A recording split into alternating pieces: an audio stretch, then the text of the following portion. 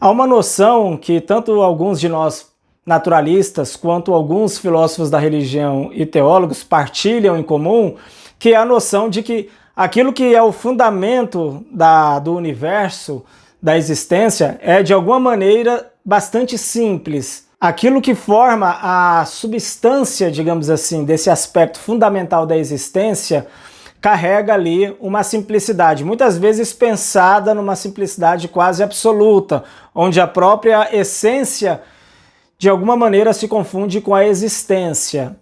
Portanto, essa ideia de que a base fundamental que origina todo o universo deve ser alguma coisa complexa não faz muito sentido para muitos de nós, pois aquilo que é complexo é composto, portanto, poderia ser o caso de não existir, poderia falhar em existir, ou poderia ser diferente. Pense em qualquer objeto composto que possui ali atributos, acidentes.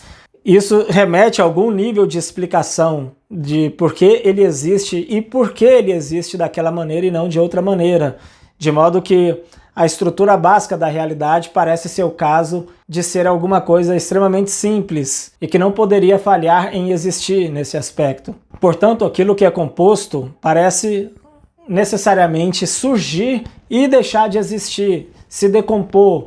Agora, aquilo que é mais essencial tem essa característica de perenidade. Alguns teólogos, por exemplo, vão apostar que Deus, como causa primeira e fundamento de toda a existência, é absolutamente simples e que aquelas distinções que nós observamos e mencionamos, como os omni-atributos e outras características mais, são apenas distinções da nossa própria razão, mas que esse ato puro, esse Deus, ele não carrega nenhuma distinção, nenhuma composição, nenhuma complexidade. A diferença entre nós naturalistas e os teólogos e alguns filósofos da religião é que nós apostamos que o melhor candidato para ser esse substrato simples, sem composição, é alguma coisa que ainda é matéria, alguma coisa que pertence ao domínio do natural. E, de fato, quando examinamos a matéria mais a fundo, mais no seu íntimo, o que encontramos são partes cada vez mais fundamentais e menos compostas, menos complexas. Pense no quark, a partícula fundamental da matéria, pelo menos até o momento. Ela é substancialmente mais simples do que o próton, que por sua vez é mais simples do que um átomo, que por sua vez é mais simples que uma molécula, uma substância, um organismo e assim vai.